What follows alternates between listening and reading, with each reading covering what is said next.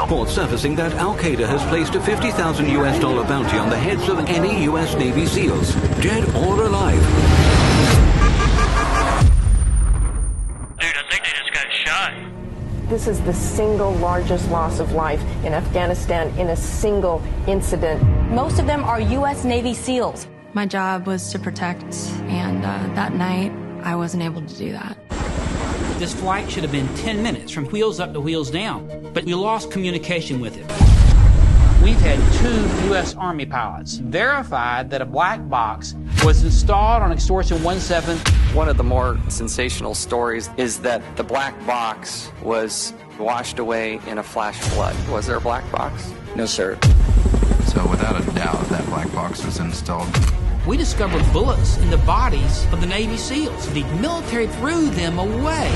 More likely than not, that supports a shootout on board. Some of the families were told that the bodies were not identifiable. That is absolutely not the case. And in fact, their sons were cremated. I called the command. I said, why'd you cremate my son? My son didn't want to be cremated. Every American should be taught about what happened in Extortion 17. The families want to know the why.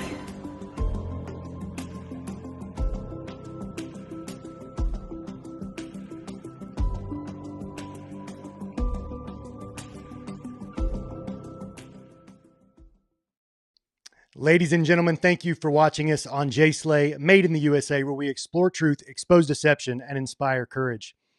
Guys, I've got to tell you, I've been on quite an adventure behind the scenes. I won't go into too much detail, but I've made some posts on Instagram. You can go to Jay Slay USA on Instagram and find me there. But I've made some posts from the time period between 2011 and 2013. So the Osama bin Laden raid and the questions surrounding that, to Benghazi, and a little bit beyond that. Extortion 17 is another one. And by doing so, I've had military intelligence personnel reach out to me, Navy SEALs, some really well-known ones, by the way, reach out to me, as well as Gold Star fathers whose sons have lost their lives over in Afghanistan during that time period. And there's a lot of questions surrounding what happened then. And some people think that they have the answers to that.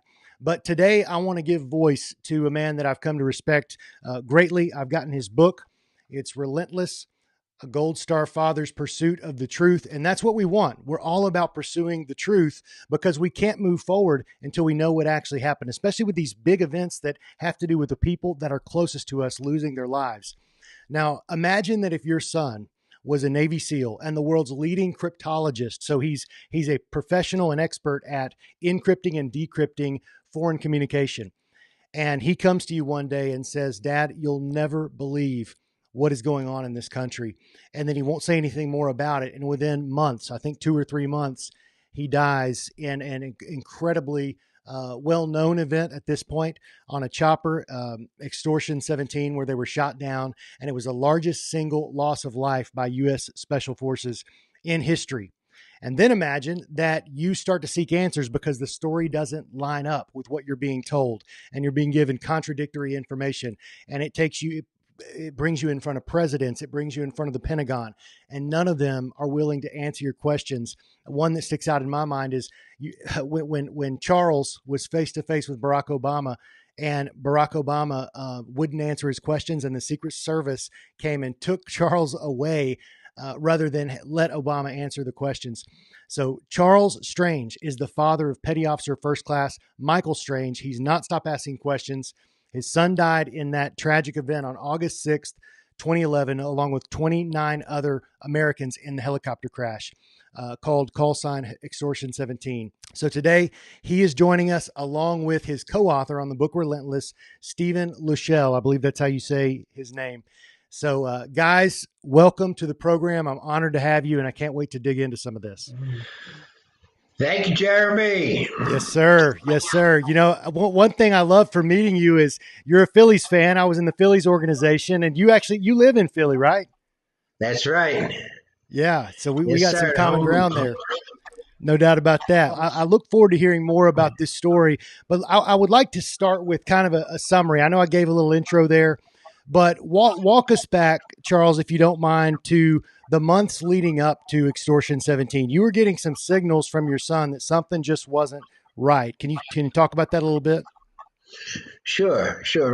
April 2011, my son called me. He said, Dad, you're not going to hear from me for a few weeks.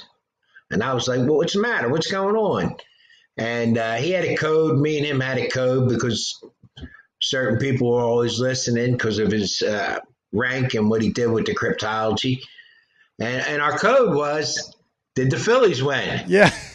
Even I if saw it was that. January, right? And that means, Dad, don't ask me no more questions, because they would give him a lie detector test every 3 months. And the first question they asked him was, when was the last time he lied? Which is a loaded question. That's a tough one. Right. So he said, well, did the Phillies win April 2011? I said, come on, Mike, what's going on? You all right? You okay? And, worried. And then he said, Dad, if something happens, you'll hear about it. Mm-hmm. And then May 2nd, the killing of Osama bin Laden. And he came home June 2011. It was his birthday. But he walked into our home, me and my wife here, and he grabbed me by the bicep. And he said, Dad, you wouldn't believe what the F is going on in this country. Like super hype. He was never like that, Jeremy. Never, he was always chalant and, And I said, what are you talking about? And he said, you wouldn't believe what's going on in this country, Dad. And he had me by the arm. He looked me in the face and he started to pace. And he said, I got a will. I said, whoa. Why are you talking about a will? And I know every mission that any part of our military go on, any mission, they all sign a will. And but why in 8 years he never talked about a will? Right, yeah. The high alert was up. It was June 5th. June 6th was his birthday. His friend Kevin was having a big party for him. They had like 4 kegs of beer, like 60, 70 of them, pool in the backyard. But he was telling everybody, I got a will. I'm leaving Mom this, Dad that, my brother Chaz this, Caitlin this, and da-da-da-da-da. And I'm, Michael, you're freaking me out. What's going on? But he was different. Everybody knew he was different. Something was going on. That weekend, he left early on Sunday from Philadelphia to go back to Virginia. He never, ever left early. He stopped at my sister's house in Fishtown, Aunt Maggie, he was very close with. And he says, tells her, I got a will. And my sister was like, what? Michael. And then I got a call. He was heading over to Afghanistan. I love you, Dad. I'll see you for Thanksgiving. We still have the tape recorder. I don't know if that's weird or not, but and the next thing you know, August 6th, the worst day of our life, we get the knock on the door and 3 military people telling us, your son died. And what do you mean, my son? And I was going, because August 5th, June of 2011, I got this tattoo because I knew he was coming home and it was his birthday. I got the tattoo, the flag and all. And I start banging things and they're telling me my son died. And, that horrifying cry, which you still get. And I said, well, what happened? They said, we don't know. You don't know. It was a helicopter and da-da-da-da-da. Who would that have been, Charles, that you were actually communicating with? They're called CACOs, casualty assistance people that they bring to your door and give you the news that your son died. And then my brother-in-law, my sister came up, the whole family, neighborhood people, everybody was coming. Here it was on the news that it was a rescue mission for the Rangers. The Rangers were in trouble, so they called a QRF, a quick reaction force, to go help the Rangers in the Tangine Valley. And then the Rangers, August 7th, came out. One of the Rangers said, we weren't in any trouble. We had 7 of the Taliban caught. And you're watching, this was on all over the world. Right. So the CACO people said they had no idea, but yet you're finding out from the news what they should have known all along, right? Right. And then they said they were after a high-value target, a guy by the name of Quarry Tahir.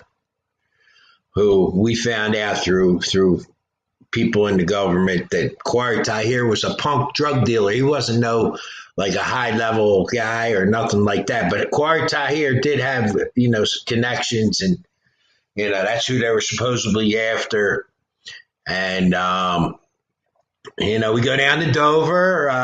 It took a little while to bring all the bodies home. They said the bodies were burned beyond recognition, that an RPG hit it. It was in all the papers and newspapers in America. 38 skulls and 38 C-spines. There was also 8 Afghans on there and Bart the Warrior Dog, but no identifiable remains. Only 38 skulls, 38 C-spines, and it blew up, and the fuselage and everything like that. And here, that's all a lie. It's all a lie.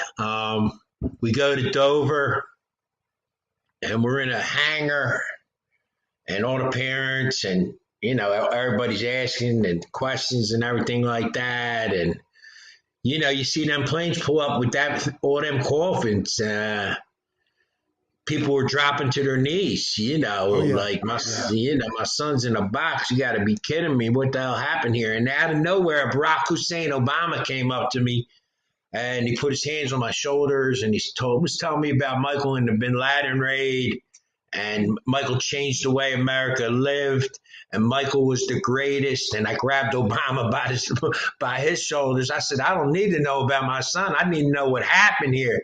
And his head went like this. And then the Secret Service guys grabbed me and took me outside, gave me a bottle of water. And now, did they grab you, you think, Charles, because they felt like you were attacking Obama, or did they do it because they didn't want him to have to answer that question? Probably a little bit of both. I would be upset too if Barack Obama, who didn't know my son, was trying to tell me who my son was. That would be upsetting. Yeah, don't tell me how great my son was. Right. You put him in a Chinook helicopter in the Tangine Valley, which was the hot spot. August 1st, 2011, one of the 3-star generals, Eric Olson, says in national paper that the Tangine Valley is like, compared to Iraq, is on steroids. That's how hot that area was. That was the home of the Taliban. That was their home turf. You know what I mean? So Obama disappeared. I came back in, and Leon Panetta came up to me. And he's CIA director at the time, correct? Yes, he was the head of the CIA. And he said, Mr. Strange, I'm going to ask the same questions as you. This is me. I'm a construction worker from Philadelphia. Well, you know what I mean? And then a couple of the other dads started saying some things to him. And then the Secret Service guys took me outside again. Secretary of Defense at that point. It was Secretary of Defense, Leon the Snake Panetta, I call.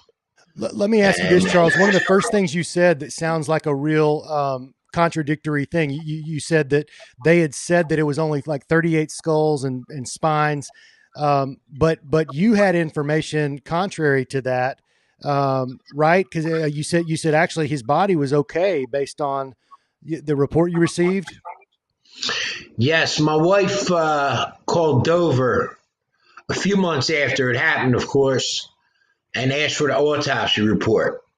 And the autopsy report came, and there was pictures of Michael on the disc, and I'm reading the papers. His spleen's okay. And my wife, Michael's stepmother here, she said, "You can't look at the pictures. Don't look at the pictures." And I said, "Bad, huh?" And she goes, "Well," I said, "What do you mean, well?" And here, Jeremy, he's like this. He's not burned at all. You can see his face, his skin. No, you can see the hair on his arms. His ankle was almost off. But he didn't need to be cremated. Was that the first big sign or red flag in your mind that you're being told a false narrative? Oh, yeah. Absolutely. That, and plus before he left, Jeremy, imagine one of your sons talking about a will, and then he goes overseas, and next thing you know, he ends up dead. there's something wrong there. 100%. Did you ever receive any clues from Michael about what he had found out, or what came into his consciousness to change him in that way? No, he kept it close to the vest. I did hear from some of the other parents, like one guy left a will in the freezer. One guy had his whole family come down to Virginia. You know, SEAL Team 6, they're all right by this secret base. It used to be a secret base until they made the movie Zero Dark 30, which Leon Panetta brought in. And when he got yelled at for that, Leon Panetta said, "Oh, I thought they had clearance." He brought all these people from Hollywood in. But one guy brought all his parents down to Virginia Beach, said goodbye a different way. So they knew. I think they knew because all the corruption that was going on in Afghanistan, some of the things going on with the contractors over there, a lot of questions. 20 years in Afghanistan, and we killed bin Laden. Like, what are we still doing there for 20 years? Like, we're the strongest military in the world. And you can't take out, the Taliban. It's a lot of questions. And like I was saying earlier to you, like them contractors, who has stock in all them contractors that make the bullets, the toilet paper, the damn tires. All the people in Congress and Senate have stock in them companies. So we got to, some evil people, the war machine, the military complex you heard of.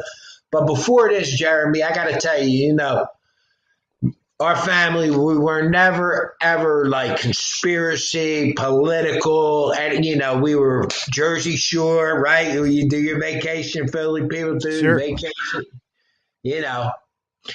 church on Sunday, that's it, and worked hard, and then, family, kids, grandkids, and but when this happened, and then all these questions, about what happened to Michael and the guys, like there's something wrong here, like Let's talk about a couple more of the things that I noticed in your book that were big red flags for me. So one of them was it came from Captain Joni Marquez, I believe, who was a fire control officer aboard a gunship that was called to, I guess, protect. I don't know all the details on that, but this officer would have had firsthand knowledge of what was going on, and it's a she, right? Being Joni. Yes. Okay.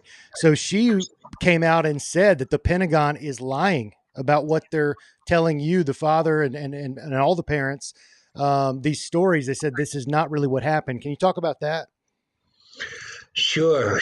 Poor Joni Marquez. I met Joni. Me and my wife have talked to Joni a few times. Not everybody died right away. Here they were only like about 40 to 50 feet off the ground, coming into the landing. About 7 or 8 of them either got thrown out or jumped out. We don't know. But Michael was alive, and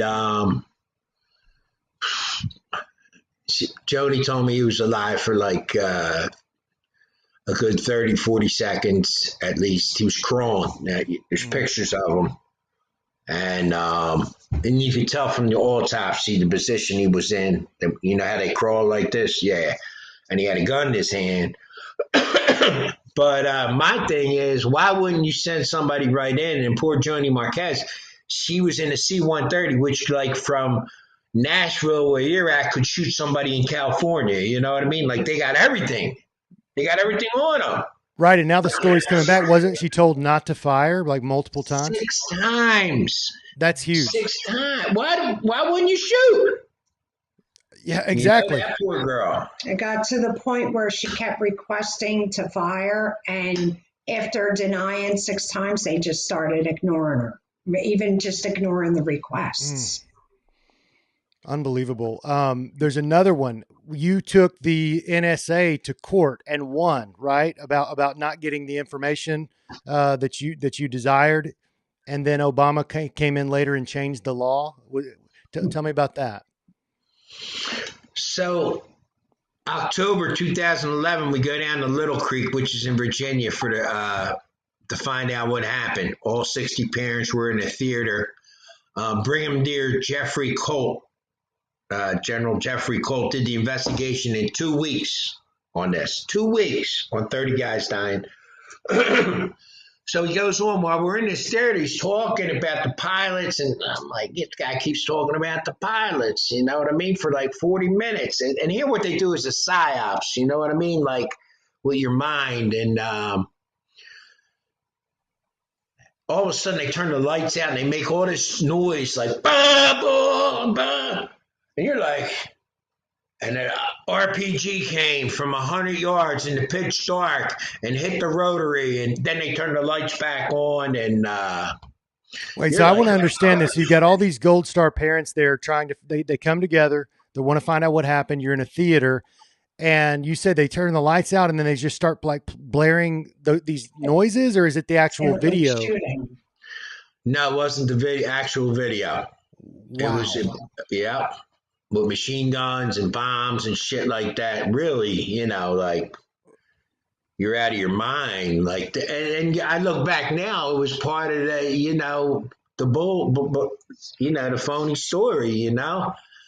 In order to trick, because I know if I'm a parent in that environment, it's probably going to throw me out of where my head was at so much that I'm not going to be able to ask questions that maybe I came prepared to ask, because I'm just going to be thrown out of my mind in a way. Parents were running out of there. Hysterical. It was horrible.